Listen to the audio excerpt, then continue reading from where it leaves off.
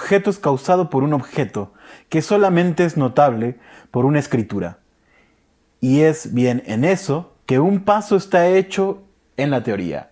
Jacques Lacan, Seminario 22. Es por ello que hoy hablaremos del objeto A. Hola, ¿qué tal? Yo soy Alejandro Mosqueda y el día de hoy, como bien dije hace un momento, vamos a hablar del objeto A.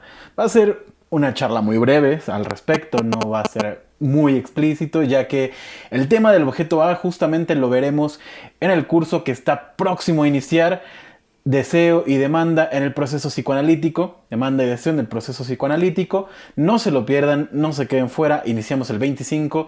Va a quedar grabado por si alguno de ustedes los ve mucho después y quieren acceder a este curso. Bueno, pregúntenos por Instagram, lo dejo aquí el link en la descripción para que puedan ir a Instagram y preguntarnos si es que quieren acceder al curso o bien a las grabaciones del curso. Suscríbanse al canal, recuerden darle a la campanita y ahora sí, comencemos. Lo notable de esta cita, en primera instancia, que quiero resaltar, es justamente la idea de que el objeto se escribe. Es decir, que paradójicamente es un objeto, pero no es un objeto. Es un objeto que se escribe. Por lo tanto, no sería un objeto tangible como cualquier cosa, como una pluma, como un cojín o algo similar, ¿no?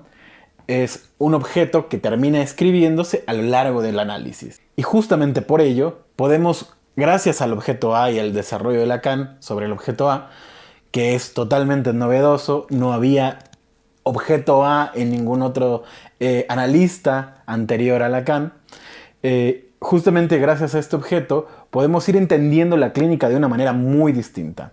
Es decir, pasar de los objetos tridimensionales a un objeto lógico, a las concepciones lógicas o articulaciones lógicas que nos permitirán escribir nuevas cosas. Se trata entonces de una articulación lógica de los mismos elementos del caso que permitirán esta escritura. Pero ahora bien, si no es un objeto físico tridimensional, ¿qué clase de objeto es? ¿Por qué llamarlo objeto, no? Si se supone que no es una cosa tangible, no es un objeto per se. Bien, es un objeto lógico, como había mencionado hace un momento, es un objeto de escritura y justamente la escritura que se marca para el objeto A sería la escritura del vacío. Esencialmente el conjunto vacío, como bien lo marca en el Seminario 11, por ejemplo. Para ello tendríamos que irnos a teoría de conjuntos justamente, lo cual, como digo, vamos a explicarlo en el curso de la demanda y el deseo en el proceso psicoanalítico. Pero rápidamente vamos a decir básicamente que el cero funda el uno, ¿no?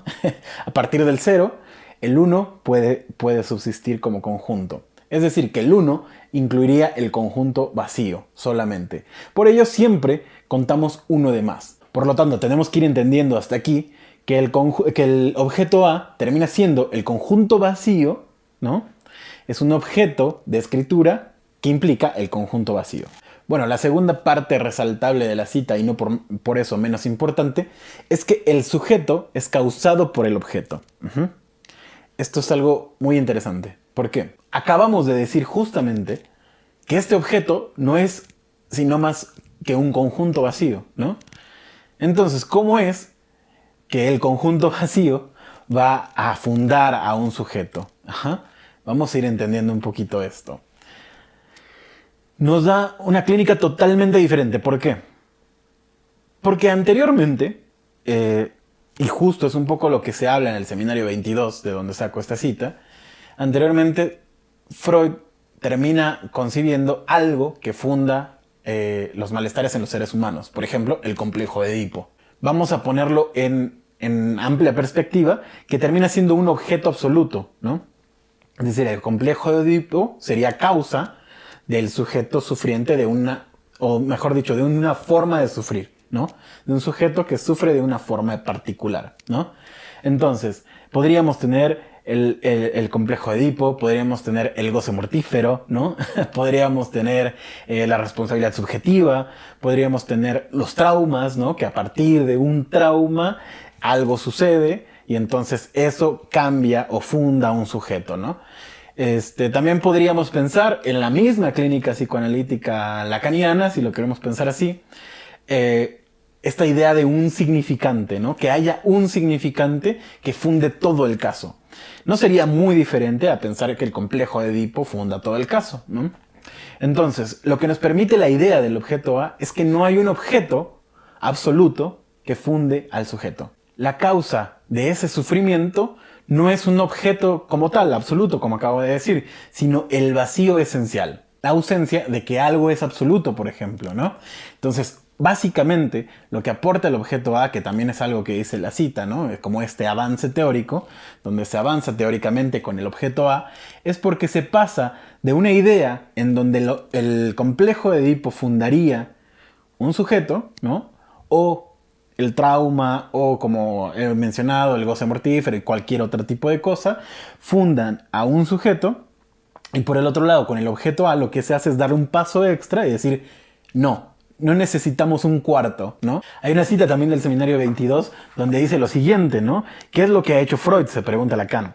Voy a decírselos. Él ha hecho el nudo de 4 con estos 3 que yo le supongo, como cáscara de banana bajo los pies. Pero entonces, vean cómo ha procedido. Inventó algo que llama realidad psíquica. Entonces, justamente, lo que hace Freud es articularlo con un cuarto, ¿no? Ese nudo Borromeo que se articularía, o ese enlace, mejor dicho, Borromeo que se articularía de los 3, lo realiza con un cuarto elemento. En este caso, en esa cita, la realidad psíquica, ¿no? El complejo de Edipo, un elemento de un caso, etcétera, etcétera, etcétera.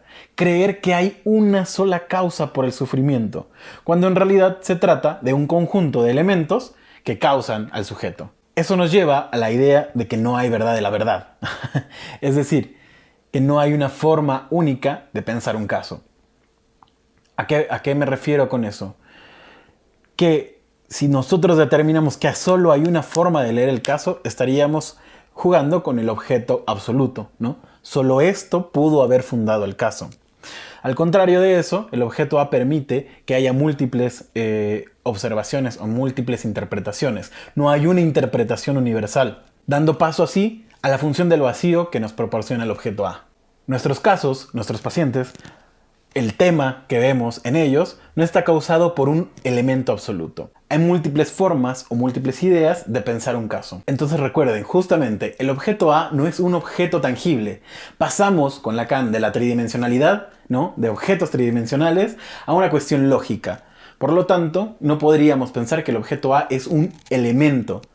No puede ser ni siquiera un elemento absoluto, como acabo de decir hace rato, y es lo que he venido hablando todo el video, ¿no?